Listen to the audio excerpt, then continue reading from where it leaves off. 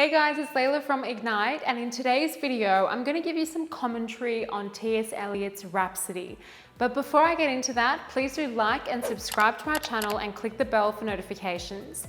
And if you're looking for more resources to help you with your HSC studies, check out our website at Ignite HSC.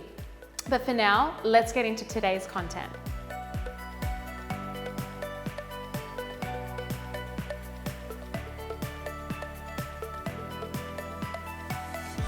So what you can expect to see in this video is a summary of what occurs in Eliot's Rhapsody on a Windy Night. I'll give you some insights to my views of salient elements of form and language techniques that Eliot uses, and I'll flag some of the key themes in the poem on which you could potentially base paragraphs writing an essay, either specifically on this poem or an essay on Eliot more broadly. So let's start with what's happening in this poem. So the poem is, in a nutshell, a journey through the urban landscape during the dead of night. So we have our archetypal persona, right? The archetypal persona being the typified voice that carries throughout all of Eliot's poems. And he takes us through and he guides us through the decay, the mundanity, and the mortality which sits within the urban landscape. And to illustrate this, I wanted to read to you guys the opening of the poem. He says here, 12 o'clock, along the reaches of the street, held in a lunar synthesis, whispering lunar incantations. So the motif of time serves two purposes, I think, in this poem. You'll find that this poem is particularly fragmentary. We move through very disparate kind of ideas, and it's quite difficult to make sense of the poem. And I think the demanding nature is very characteristic of Eliot.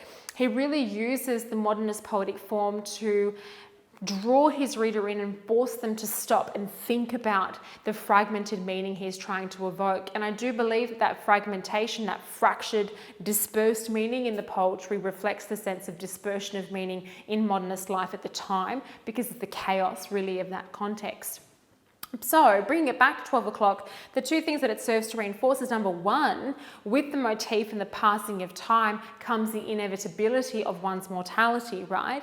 Because with each passage of time, we're brought closer and closer to the ticking of our lives, the movement towards our death. The second thing is time is the only location of meaning, of stability and meaning within the poem. Amongst the chaos and the decay of the urban landscape, time at least offers some sense of certainty. And it continues, along the reaches of the street. So he takes us to the quintessential streets of the urban landscape, which serve as a recurring setting throughout all of the poems. Held in a lunar synthesis. So you've got this imagery of the light of the moon freezing everything in this moment of examination that he evokes through the written word.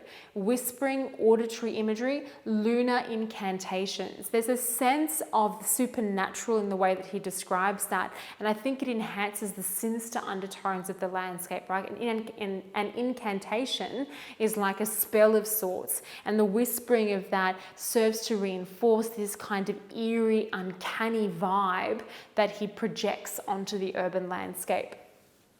So in terms of key elements of form that we can identify, much like preludes, he uses vignettes within the poems. Vignettes are intensified episodes or moments, and each time he focalizes one aspect or time within the urban landscape marks a new vignette within the poems.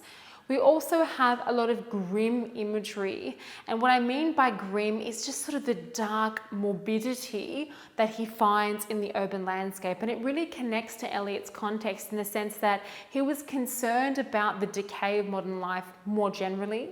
The development of the factory settings, industrialization, all of this created a world where the individual was kind of like an appendage to machinery, the machinery that was brought into modern day life.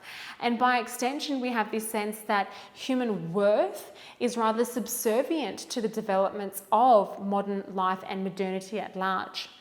Fragmentation, as I mentioned, he uses a lot of fractured images, and he creates these moments of putting opposing ideas in direct proximity, which makes it hard to locate meaning in the poem.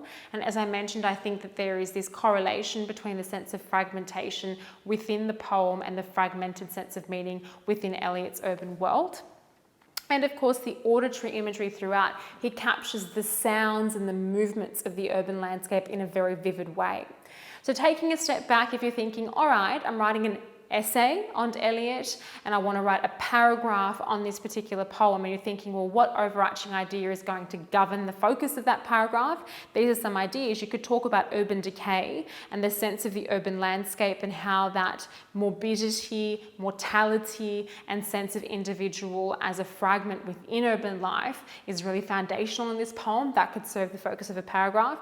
You could consider isolation. We don't see the individual as legitimately connecting with anybody in this landscape, and that speaks to the self-imbued sense of isolation and alienation that indeed carries through all of his work.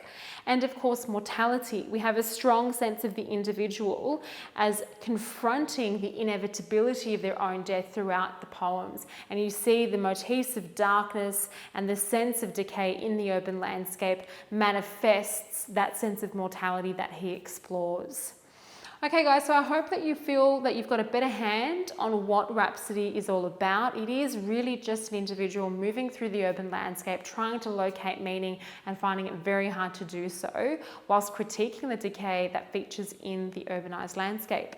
If you have any questions, please do comment and I'll do my best to get back to you. And if you're wanting more resources to enhance your HSC studies, do check out our website at Ignite HSC. We have loads of resources on there on all of your prescribed text, featuring more analysis, exemplar essays, and it's on context and form, so it will really take your HSC studies to the very next level. But for now, guys, thank you so much for watching. Please do like and subscribe to the channel, click the bell for notifications, and I do hope to see you all in the next video.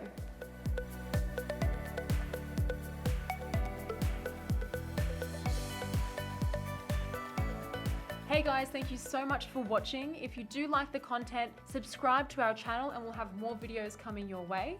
That's right, guys. Thanks for watching. And please make sure you check out our online resource database. We've had a team of state rank achievers and heads of English put these together for you, covering everything from essay structures and examples all the way through to craft of writing and comprehension skills. So check them out at ignitehsc.com.au, and we look forward to seeing you in the next video.